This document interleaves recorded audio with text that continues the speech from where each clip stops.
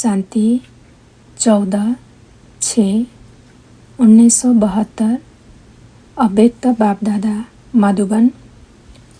स्वस्थिति में स्थित होने के पुरुषार्थ व निशानियाँ। अपने आदि और अनादि स्वस्थिति को जानते हो। सदा अपनी स्वस्थिति में स्थित रहने का अटेंशन रहता है। जो स्वस्थिति अर्थात अपनी अनादि स्थिति है, उस स्वस्थिति में स्थित होना मुश्किल लगता है और स्थिति में स्थित होना मुश्किल हो भी सकता है, लेकिन स्वस्थिति में स्थित होना तो स्वतः ही और सरल है ना। स्वस्थिति में सदा स्थित रहे, इसके लिए मुख्य 4 बातें आवश्यक है। अगर वह चारों ही बातें सदैव कायम है तो स्वस्थिति सदा रहती है। अगर चारों में से कोई की भी कमी है तो स्वस्थिति में भी कम स्थित हो सकता है। स्वस्थिति का जो वर्णन करते हो, उसको सामने रखते हुए फिर सोचो कि कौन सी 4 बातें सदा साथ होनी चाहिए। स्वस्थिति के लक्षण क्या होते हैं? जो भी बाप के गुण हैं, उन गुणों का स्वरूप होना, इसको कहते हैं स्वस्थिति व अनादि स्थिति। तो ऐसी स्थिति सदा रहे, इसके लिए 4 बातें कौन सी आवश्यक हैं? स्मृति में आता है, जिन 4 बातों के होने से अनादि स्थिति ऑटोमेटिकली रहती है। सुख, शांति, आनंद, प्रेम की स्थिति स्वतः ही रहती है। पहले यह सोचो कि अनादि स्थिति से मध्य की स्थिति में आते ही क्यों हो? इसका कारण क्या है? देह अभिमान। देह अभिमान में आने से क्या होता है? देह अभिमान में आने के कारण क्या होते हैं? पर स्थिति सहज और स्वस्थिति मुश्किल क्यों लगती है? देह भी तो स्व है, स्व से अलग है ना। देह भी तो स्व से अलग है ना। तो देह में सहज स्थित हो जाते हो और स्व में स्थित नहीं होते हो। कारण? वैसे भी देखो तो सदा सुख व शांतिमय जीवन तब बन सकती है जब जीवन में 4 बातें हो। वो 4 बातें हैं हेल्थ, वेल्थ, हैप्पी और होली। अगर यह 4 बातें सदा कायम रहे तो दुख और अशांति कभी भी जीवन में अनुभव न करें। ऐसे स्वस्थिति का स्वरूप भी है सदा सुख, शांति, आनंद, प्रेम स्वरूप में स्थित रहना। तो स्वस्थिति से भी विस्मृति में आते हो। इसका कारण क्या होता है? वेल्थ की कमी व वेल्थ की कमजोरी व होली नहीं बनते हो। इसके साथ साथ हैप्पी अर्थात हर्षित नहीं रह सकते हो। तो हेल्थ, वेल्थ कौन सी? आत्मा सदा निरोगी रहे, माया की कोई भी व्याधि आत्मा पर असर ना करे, इसको कहा जाता है हेल्दी। और फिर वेल्दी भी हो अर्थात जो खजाना मिलता रहता है वह जो सर्व शक्तियाँ बाप द्वारा वर्षे में प्राप्त हुए हैं, उस प्राप्त हुए ज्ञान खजानों को व सर्व शक्तियों के खजाने को सदा कायम रखो तो बताओ स्वस्थिति से नीचे आ सकते हो? इतना ही फिर होली। संकल्प स्वप्न में भी कोई अपवित्रता ना हो तो सो स्थिति स्वतः ही हो जाएगी। इन 4 बातों की कमी होने कारण सो स्थिति में सदा नहीं रह सकते हो। यह 4 बातें चेक करो। हेल्दी वेल्दी कहाँ तक बने हैं। हेल्दी वेल्दी और होली ये तीनों ही बातें हैं तो हैप्पी ऑटोमेटिकली होंगे। तो इन 4 बातों को सदा ध्यान में रखो। वैसे भी रोगी कब भी अपने को सुखी नहीं समझते। रोगी होने कारण दुख की लहर न चाहते हुए भी उठती रहती, तो यहाँ भी सदा हेल्दी नहीं है। तब दुख की व अशांति की लहर उत्पन्न होती है। तो यह चारों ही बातें सदा कायम रहे, इसका कौन सा पुरुषार्थ है जो यह कब भी गायब न हो। इसके लिए सहज पुरुषार्थ सुनाओ जो सभी कर सके। जरा भी मुश्किल बात होती है तो कर नहीं पाते हो, सहज चाहते हो ना, क्योंकि आत्मा में आदि देवता धर्म के संस्कार होने कारण आधा कल्प बहुत सहज सुखों में रहते हो, कोई मेहनत नहीं करते हो। तो वह आधे कल्प के संस्कार आत्मा में होने कारण अभी कोई मुश्किल बात होती है तो वह कर नहीं पाते हो। सदा सहज ही इच्छा रहती है, तो वह सहज पुरुषार्थ कौन सा है। याद भी सहज कैसे हो। याद सहज और सदा रहे और हेल्दी वेल्दी हैप्पी होली भी कायम रहे, इसका पुरुषार्थ सुनाओ। चारों ही बातें साथ साथ रहें, जैसे आप भी निराकार और साकार दोनों रूप में होना।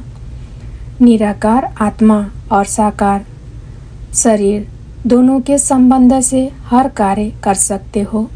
अगर दोनों का संबंध ना हो तो कोई भी कार्य नहीं कर सकते। ऐसे ही निराकार और साकार बाप दोनों का साथ व सामने रखते हुए हर कर्म व हर संकल्प करो तो यह चारों बातें ऑटोमेटिकली आ जाएगी। सिर्फ निराकार को व सिर्फ साकार को याद करने से चारों बातें नहीं आएगी, लेकिन निराकार और साकार दोनों ही सदा साथ रहे तो साथ होने से जो संकल्प करेंगे वह पहले जरूर उनसे वेरीफाई कराएंगे। वेरीफाई कराने के बाद कोई भी कर्म करने से निश्चय बुद्धि होकर करेंगे। जैसे देखो, साकार में अगर कोई निमित्त श्रेष्ठ आत्मा साथ में है तो उनसे कोई भी बात वेरीफाई कराए फिर करेंगे तो निश्चय बुद्धि होकर करेंगे ना। निर्भयता और निश्चय दोनों गुणों को सामने रख करेंगे। तो जहाँ सदा निश्चय और निर्भयता है वहाँ सदैव श्रेष्ठ संकल्प की विजय है। जो भी संकल्प करते हो, अगर सदा निराकार और साकार साथ व सम्मुख है तो वेरीफाई कराने के बाद निश्चय और निर्भयता से वह करेंगे। समय भी वेस्ट नहीं करेंगे। यह काम करें व ना करें, सफल होगा व नहीं होगा, यह व्यर्थ संकल्प सभी खत्म हो जाएंगे। वर्तमान समय आत्मा में जो कमजोरी की व्याधि है वह कौन सी है। व्यर्थ संकल्पों में व्यर्थ समय गंवाने की। यही वर्तमान समय आत्मा की कमजोरी है। इस बीमारी के कारण सदा हेल्दी नहीं रहते। कब करते हैं, कब कमज़ोर बन जाते हैं। सदा हेल्दी रहने का साधन यह है। समय भी बच जाएगा। आप प्रैक्टिकल में ऐसे अनुभव करेंगे जैसे साकार में कोई साकार रूप में वेरीफाई कराते है कॉमन बात, लेकिन इस कॉमन बात को प्रैक्टिकल में कम लाते हो। सुना बहुत समय है, लेकिन अनुभवी नहीं बने हो। बाप दादा सदा साथ है, यह अनुभव करो तो हेल्दी वेल्दी नहीं रहेंगे। बाप दादा निराकार और साकार दोनों के साथ होने से हेल्थ और वेल्थ दोनों आ जाती है और हैप्पी तो ऑटोमेटिकली होंगे। तो सहज पुरुषार्थ कौन सा हुआ? निराकार और साकार दोनों को सदा साथ में रखो। सदा साथ न रखने कारण यह रिजल्ट है। क्या साथ रखना मुश्किल लगता है? जब जान लिया और पहचान लिया, मान लिया कि सभी संबंध एक साथ है, दूसरा ना कोई, तो उसमें चलने में क्या मुश्किल है? साथ क्यों छोड़ते हो? सीता का साथ क्यों छूटा? कारण लकीर को उल्लंघन किया। यह चंद्रवंशी सीता का काम है, लक्ष्मी का नहीं। तो मर्यादा के लकीर के बाहर बुद्धि जरा भी न जाए, नहीं तो चंद्रवंशी बनेंगे। बुद्धि रूपी पांव मर्यादा की लकीर से संकल्प व स्वप्न में भी बाहर निकलता है तो अपने को चंद्रवंशी सीता समझना चाहिए, सूर्यवंशी लक्ष्मी नहीं। सूर्यवंशी अर्थात शूरवीर। जो शूरवीर होता है वह कब कोई के बस नहीं होता है। तो सदा साथ रखने लिए अपने को मर्यादा की लकीर के अंदर रखो। लकीर के बाहर ना निकलो। बाहर निकलते हो तो फकीर बन जाते हो, फिर मांगते रहते हो यह मदद मिले, यह सल्वेशन मिले। तो यह हो सकता है मांगता हुआ ना। फकीर बनने का अर्थ ही है हेल्थ वेल्थ गंवा देते हो, इसलिए फकीर बन जाते हो। तो ना लकीर को पार करो, ना फकीर बनो। लकीर के अंदर रहने से माया जीत बन सकते हो, लकीर को पार करने से माया से हार खा लेते हो। इसलिए सदा हेल्दी वेल्दी हैप्पी और होली बनो। चेक करो कि इन चारों में से आज किस बात की कमी रही। आज हेल्थ ठीक है, वेल्थ है, हैप्पी है, होली है, ना है तो क्यों? उस रोग को जानकर फौरन ही उसकी दवाई करो। और तो सभी प्रकार की दवाई मिल चुकी है, सभी प्राप्तियां हैं। तो सभी प्राप्ति होते भी समय पर क्यों नहीं कर पाते हो? समय के बाद स्मृति में क्यों आते हो? यह कमजोरी है जो समय पर काम नहीं करते, समय के बाद भी करते हो तो समय तो बीत जाता है ना। समय पर सभी स्मृति रहे, उसके लिए अपनी बुद्धि इतनी विशाल व नॉलेजफुल नहीं बनी है। तो फिर कोई सहारा चाहता है, वह सहारा सदा साथ रखो तो कब हार नहीं होगी। तो कब भी अपने को रोगी ना बनाना। जरा भी किसी प्रकार का रोग प्रवेश हो गया तो एक व्याधि फिर अनेक व्याधियों को लाती है। एक को ही खत्म कर दिया तो अनेक आएंगे ही नहीं। एक में अलबेले रहते हो, हल्की बात समझते हो, लेकिन वर्तमान समय के प्रमाण हल्की व्याधि भी बड़ी व्याधि है। इसलिए हल्के को ही बड़ा समझ वहाँ ही खत्म कर दो तो आत्मा कब निर्बल नहीं होगी, हेल्दी रहेगी। साकार में भी सदा साथ रहने के अनुभवी हो। अकेले रहना पसंद नहीं करते हो। जब संस्कार ही साथ रहने के हैं तो ऐसे साथ रखने में कमी क्यों करते हो?